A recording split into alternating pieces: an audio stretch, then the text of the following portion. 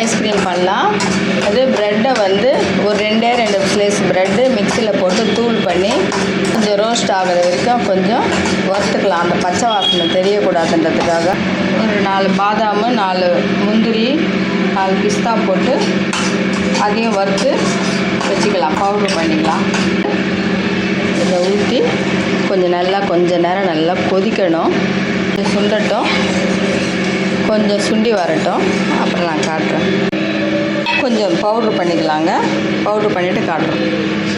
2 milk powder இருந்தால் போட்டுக்கலாம். கொஞ்சம் நல்லா க்ரீமியாக இருக்கும், அதனால தான். இல்லைன்னா தேவையில்லை, அவசியம் கிடையாது. இந்த பாருங்கள், அது அந்த பாதாம் பிஸ்தாலாம் நல்லா பவுட்ரு பண்ணி வச்சுக்கிறோம்.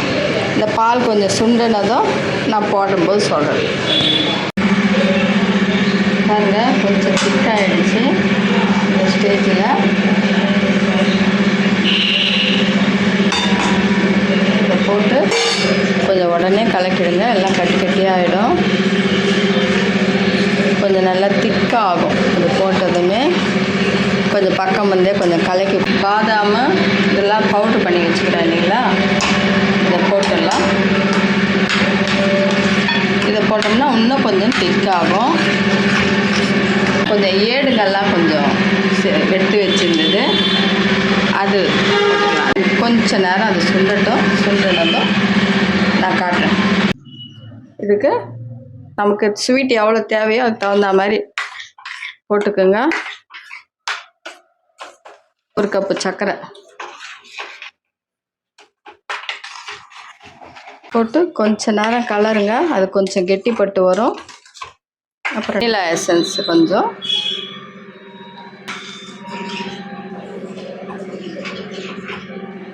அவ்வளோதாங்க.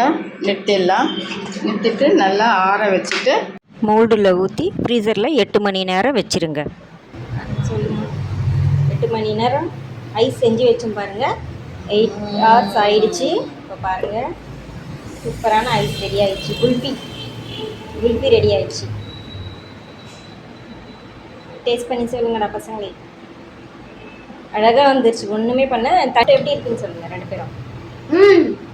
சூப்பராக இருக்குது. நீங்களும் வீட்டில் ட்ரை பண்ணி பாருங்க.